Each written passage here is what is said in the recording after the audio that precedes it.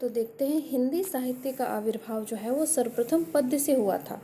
ठीक है, विद्वानों ने हिंदी पद्य साहित्य के इतिहास को प्रत्येक काल की विशेष प्रवृत्तियों के आधार पर उसको 4 कालों में बांटा गया है। मतलब जो जो जिस समय से प्रारंभ हुआ हिंदी साहित्य में पद्य में, ठीक है, तो उसको 4 कालों में बांटा है आचार्यों ने। तो सबसे पहला दिया है आदिकाल, दूसरा भक्ति काल, तीसरा रीति काल और चौथा है आधुनिक काल। और सबसे पहले है आदिकाल, यानी कि सबसे पहले जो प्रारंभ हुआ था, शुरू हुआ था, प्रारंभ को क्या बोलते हैं? आदि। ठीक है, तो सबसे पहले जो प्रारंभ हुआ था, समय लिखना कवियों ने स्टार्ट किया था कविता को, तो उसको क्या था? आदिकाल के नाम से जाना जाता था।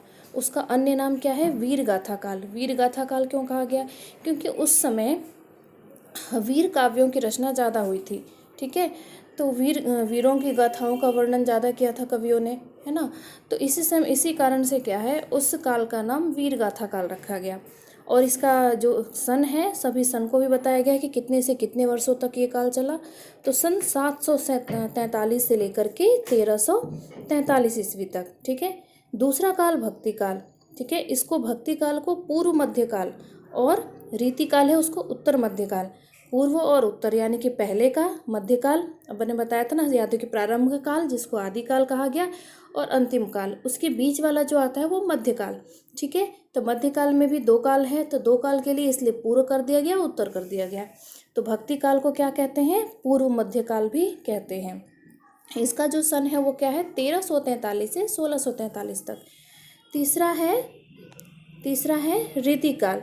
रीतिकाल जो है उत्तर मध्यकाल के नाम से जाना जाता है उसको, और वह 1643 से 1843। यानी कि क्या देखा हमने कि आदिकाल जो है उसका समय कितने वर्षों तक रहा? 600 वर्षों तक रहा, 700 से 1300 तक। उसके बाद जो आया भक्ति काल का समय कितने समय तक रहा? 300 साल तक, 1300 से 1600। और फिर जो रीतिकाल का समय रहा वो रीतिकाल 1600 से 1800। उसके बाद आता है आधुनिक काल। आधुनिक काल जो है वो सन 1843 से आज तक, यानी कि इस टाइम तक आधुनिक काल ही चल रहा है। ठीक है, अब सबसे पहले देखते हैं आदिकाल। इसी के क्या हुआ था इसमें? तो आदिकाल में प्रमुख रूप से चारण या भाट कवियों द्वारा रचनाएं की गई। ठीक है, इसको इसलिए चारण काल भी कहा जाता है। आदिकाल के अन्य एक और नाम है चारण काल, या वीरगाथा काल, या आदिकाल। एग्जाम में पूछ सकता है कि आदिकाल का अन्य नाम क्या है, तो आप क्या बताओगे? वीरगाथा काल या चारण काल।